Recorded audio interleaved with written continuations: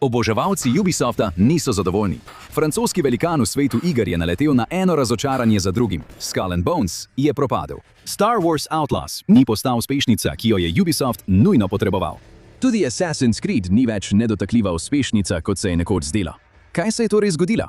Vsak ima svoj odgovor, a morda so vsi napačni. Nekateri oboževalci krivijo woke pisanje. Veterani iz industrije krivijo preobremenjene razvijalce in napihnjeno vodstvo, vendar te razlage ne pojasnijo v celoti, kaj se dogaja, saj je resnica morda veliko temnejša. Ali Ubisoft stremi k ustvarjanju odličnih iger, ali pa je postal nekaj povsem drugega, oblikovanega z zunanjimi interesi, zbiranjem podatkov in silami, ki jih večina igralcev nikoli ne vidi. Odgovor bi lahko razkril prihodnost, v kateri se bo industrija videoiger soočila s trenutkom podobnim zlomu Lehman Brothers in kjer igralci ne bodo več stranke, temveč bodo postali izdelek. Za tiste, ki so imeli delnice Ubisofta leta 2018, je bilo videti dobro.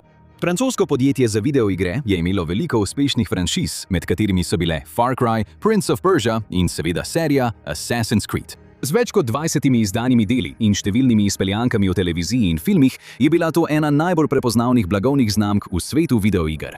To je bil tudi eden največjih dejavnikov, ki je povzročil, da so delnice Ubisofta dosegle rekordno vrednost, več kot 102 evra na delnico. Toda, kot pri vsakem vlakcu smrti, je najprej vzpon, nato pa meteorski padec. Do leta 2024 so delnice Ubisofta strmoglavile na približno 23 evrov, kar je izbrisalo 87% vrednosti za delničarje, pri delnici, ki so jo mnogi videli kot varno naložbo. To je enako, kot če bi imel v žepu $100. Potem pa bi, ko bi jih potegnil ven, ostala samo ena vstopnica za kino. Lahko bi mislili, da gre za splošen zlom tehnološke industrije. Pa ni tako. Medtem ko je Ubisoft propadal, so skoraj vsi ostali dosegali rast. Nintendo je od leta 2018 stalno rasel, priznani založnik iger Konami, ki velja za tekmeca Ubisoftu, pa je od leta 2023 dalje doživel izjemno rast svojih delnic. Torej ni kriva industrija, niso krive igre, gre za to, kar se dogaja v ozadju.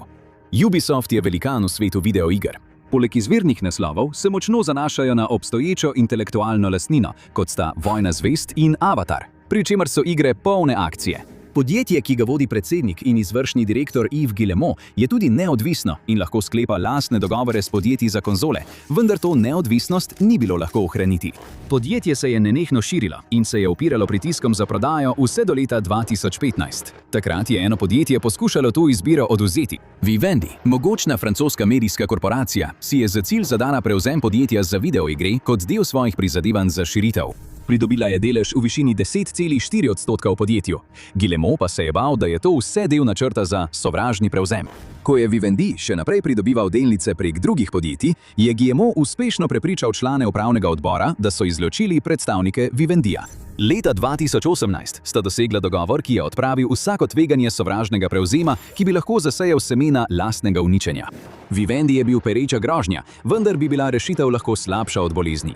Ubisoft, ki so ga pretresali škandali, razočarajoče igre in drag boj za preživetje, se je obrnil na kitajskega tehnološkega velikana Tencent za milijardne naložbe. V zadnjih nekaj letih je to naredila Tencent za drugega največjega delničarja v Ubisoftu. Nekateri bi rekli, da je Tencent prava moč v ozadju. Zdaj bi se lahko Ubisoft znašel v položaju talca, toda zakaj bi ustanovitelji predali nadzor nad podjetjem? Vojna z Vivendi je bila končana, a Ubisoft ni mogel samostojno obstati. Njegov največji delničar je bil Guillemot Brothers Limited, podjetje, ki ga nadzoruje družina, ki je ustanovila Ubisoft. To se večinoma počne zaradi davčnih razlogov in ustanoviteljem omogoča večjo prilagodljivost pri izkoriščanju bogastva, premoženja in dolga. Tencent, ki že leta močno vlaga v sredstva v industriji videoiger, je največje podjetje za videoigre na svetu glede na prihodke in je imelo oči uprte v Ubisoft. Leta 2022 je Tencent vložil 300 milijonov evrov v Guillemot Brothers Limited, kar je podjetju dalo nekaj manj kot polovico investicijske moči, 49,9%. Ubisoft je vedno varoval svojo ustvarjalno neodvisnost, vendar je ta dogovor takoj naredil Tencent za enega najvplivnejših akterjev pri oblikovanju prihodnosti podjetja. Medtem je Ubisoft pridobil močnega finančnega podpornika, Tencent pa je razširil svoj vpliv na enega največjih založnikov v svetu iger. Zdelo se je kot zmaga. Morda pa je s tem tudi podpisal smrtno obsodbo za Ubisoft. 300 milijonov evrov se sliši veliko, a je danes to res le cena enega Marvelovega filmskega hita. Velika tehnološka podjetja lahko tak denar razmetavajo kot drobiž. Za Ubisoft pa je bil to obupan korak. Borili so se, da bi ustanoviteljem ohranili sedeže v upravnem odboru. Zdaj so našli partnerja, ki je bil znan po tem, da se rad drži stran od vmešavanja. Poslovni model podjetja Tencent je običajno osredotočen na to, da so tihi partner in pobirajo koristi. V dogovor je bilo vključenih več pogojev, zaradi katerih to ni bila zgolj investicija. To je postalo skoraj zakonska zveza. Za Tencent je dogovor vključeval 8-letno obdobje vezave, ki je Tencentu preprečevalo prodaja svojih delnic. To je bilo namenjeno zaščiti Ubisofta pred zakulisnim dogovorom, ki bi vlagateljem omogočil, da predajo nadzor nad podjetjem. Ubisoft je vgradil tudi zaščitne ukrepe v primeru, da bi podjetje kdaj prodali, in dodal izstopno klavzulo za primer, če bi novi lastnik prevzel podjetje. Ker je Ubisoft aktivno upravljal svoje možnosti, se je ta dogovor zdel koristen za obe strani in je stabiliziral podjetje za prihodnost. V ozadju je imel Ubisoft težave in na voljo je imel zelo malo možnosti. Podjetje z dolgom ni nič nenavadnega, vendar je pogosto kopičenje dolga uvod v veliko prodajo ali propad.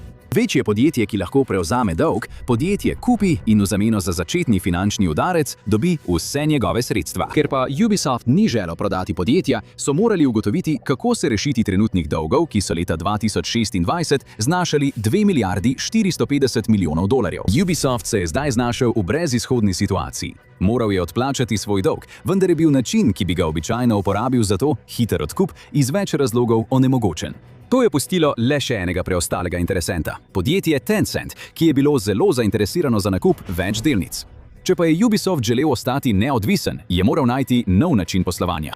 Kar se je zgodilo na to, mnogi igralci imenujejo spirala propada podjetja, saj je igrani studio, znan po priznanih zgodovinsko natančnih epih, začel proizvajati pravo nesnago. Čeprav, ali je to počel namenoma? Ubisoft je še naprej izdajal igre v svojem običajnem tempu, za več njih pa je bilo veliko navdušenja. Ena izmed najbolj pričakovanih iger je bila Skull and Bones, ki se je zdela kot zadetek v polno. Prinesla je zgodovinsko natančnost Assassin's Creed v novo igro. Igralci bi se ukvarjali s piratstvom in pomorskimi bitkami na odprtem morju. Taktična akcijska igra je imela realistično mehaniko jadranja, kakršnega v videoigrah še ni bilo mogoče videti. Bila je inovativna, toda ali je bila zabavna? Igro so morali večkrat preoblikovati, da bi izpopolnili mehaniko bojevanja in raziskovanja. Končna različica igre je vsebovala zelo malo izvirne mehanike jadranja. Namesto tega se je osredotočila na iskanje zakladov, ladijske boje in vojne med frakcijami. Zaradi tega je delovala manj kot nova igra in bolj kot preoblečena Ubisoftova klasika, katere izdelava je stala 200 milijonov dolarjev. Igra je doživela slab sprejem pri kritikih in povprečno prodajo, potem ko je dolgotrajen razvoj povzročil, da je iz napovedi leta 2017 izšla šele leta 2024. In to je bil šele začetek. Za Ubisoft je bila velika zmaga, ko je bila igra Star Wars Outlaws napovedana leta 2021. Od tam naprej je bil razvoj precej gladek. Igra je bila v celoti razkrita leta 2023 in je izšla leta 2024. V igri so nastopali izvirni liki, dogajala pa se je v odprtem svetu kot roparska misija. Čeprav je prejela nekoliko ugodne ocene, so jo nasplošno videli kot izpeljanko, mnogi uporabniki pa so opazili pogoste napake.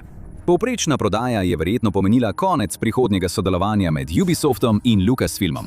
Vsak je imel svoje mnenje o tem, kdo je kriv. Veliko igralcev je izrazilo frustracije nad nedavnimi izdelki Ubisofta iz subjektivnih razlogov in ga pogosto obtoževalo, da je preveč woke.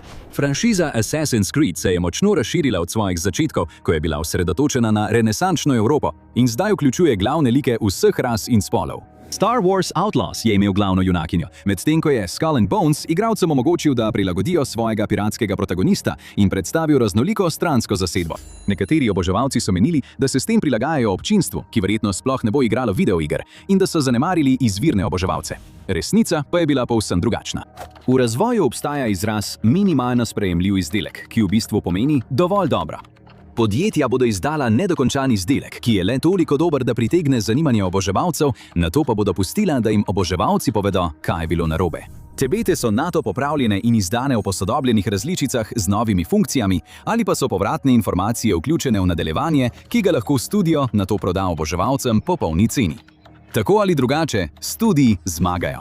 Oboževalci, ki dobijo nepopoln izdelek, običajno izgubijo. To morda postaja način delovanja podjetja Ubisoft, ki izdaja nedokončano kodo samo zato, da ostane finančno pri življenju. Toda odkot prihaja denar? Na prvi pogled se to ne zdi smiselno. Navsezadnje, kdo bi želel izdajati igre, ki ne nudijo zadovoljive izkušnje? To bi morda prineslo nekaj denarja na začetku, vendar bi verjetno odtujilo večino priložnostnih igralcev, zaradi česar bi jim bilo težje prodati prihodnje igre. Kratkoročna korist in dolgoročna izguba sta pri trženju zelo redko dobra stava. Zdi se, da bo ta strategija Ubisoft sčasoma še bolj potisnila v dolgove in podjetju otežila ohranjanje nadzora nad lastno lastnino. Toda novi igralci morda niso več ciljna skupina. Ena najpomembnejših številk v svetu iger je ponavljajoča se poraba igralcev. To je merilo, ki meri, koliko denarja so igralci pripravljeni porabiti za igro po prvotnem nakupu. V 90-ih in zgodnjih 2000-ih ste kupili celotno igro in to je bilo to. Ko pa so se igralni sistemi povezali z internetom, je postalo mogoče ustvariti celotno ekonomijo mikrotransakcij znotraj igre. Igra ni bila več en sam izdelek, ampak vaša vstopnica v omrežje funkcij. Časi preprostih iger z jasnim začetkom, sredino in koncem so mimo. Dobrodošli v svetu iger, kot storitev, kjer so posodobitve stane in zabave nikoli ne zmanjka. In tudi plačilne. Če lahko studio igralca zasvoji s formatom, bodo imeli stranko za vse življenje. To lahko nadomesti izgubo več 10 drugih kupcev. Ubisoft je postal eden največjih privržencev tega modela, kar frustrira številne oboževalce. Toda, dokler se to izplača, bodo s tem nadaljevali. Ubisoft je s tem modelom dosegel izjemen uspeh, saj ponavljajoča se poraba igralcev običajno predstavljajo povprečno 43% celotnega letnega prihodka. Ko odstranite velike izdaje iger, ki močno vplivajo na končni izid, lahko ta delež preseže 50% na četrtletje. To je veliko denarja za malo več kot prodajo novih kostumov in zagon novih PvP sezon. In ko je treba vložiti manj truda kot prej, potrebujete tudi manj talenta. V zadnjih nekaj letih je Ubisoft doživel odhod programerskih talentov srednjega nivoja. Ekipo pa so nadomestili algoritmi usmerjeni v angažiranost, ki se osredotočajo na ustvarjanje naslednjega vročega zbirateljskega predmeta. To je dober posel, vendar je dolgoročno vzdržen. Ne za podjetje, ki je tako globoko v dolgovih kot Ubisoft. Potrebovali so nekaj večjega in morda so to našli na vaš račun. Napoved nove igre Assassin's Creed je nekaj, kar bi lahko ljudi znova navdušilo nad Ubisoftom. Ta franšiza je še vedno Ubisoftov dragulj, zadnji del pa je izšel leta 2023. Ko je Assassin's Creed Jade leta 2022 pricurljal v javnost, je to vzbudilo nekaj zanimanja. Dogajanje bi bilo postavljeno v čas dinastije Qin v 3. stoletju pred našim štetjem. Prvič pa bi igralec lahko prilagodil glavnega junaka po svojih željah. V ozadju pa so krožile govorice o težavah, ki so se kmalu izkazale za resnične. To sploh ni bil pravi Assassin's Creed. Igra naj bi bila izdana izključno za Android in iOS. To običajno pomeni bolj omejeno igranje in večji poudarek na igranju po stopnjah, namesto na eni sami zgodbi. To je tudi prostor, kjer prevladujejo mikrotransakcije, kot dobro ve vsak, ki je kdaj igral igro Match 3. Poleg tega pa je selitev ene največjih videoigričarskih franšiz na svetu na mobilne naprave sprožila skrbi zaradi še ene nadloge mobilnega igranja.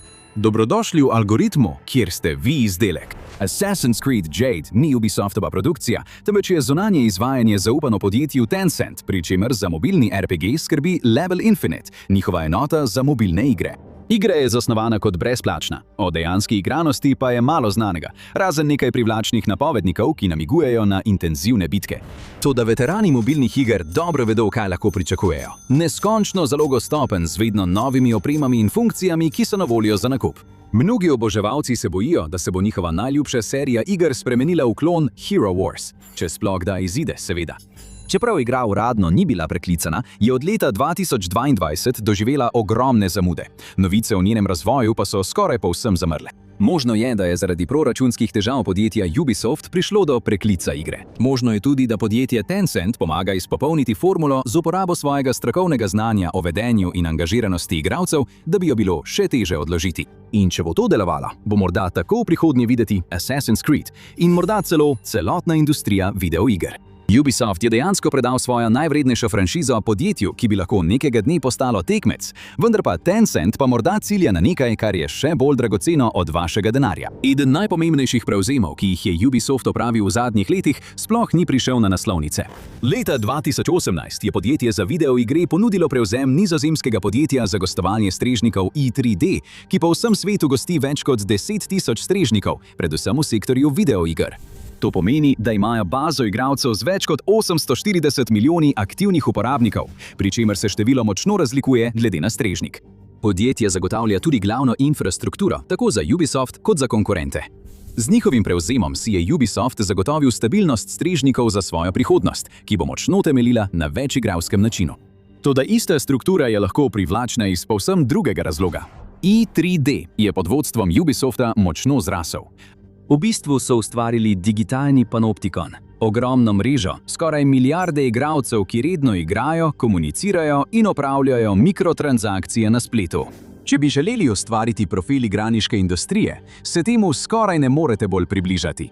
Večina sodobnih iger ima spletno komponento, njihovi igralci pa pokrivajo skoraj vse demografske skupine in žanre, ki si jih lahko zamislite.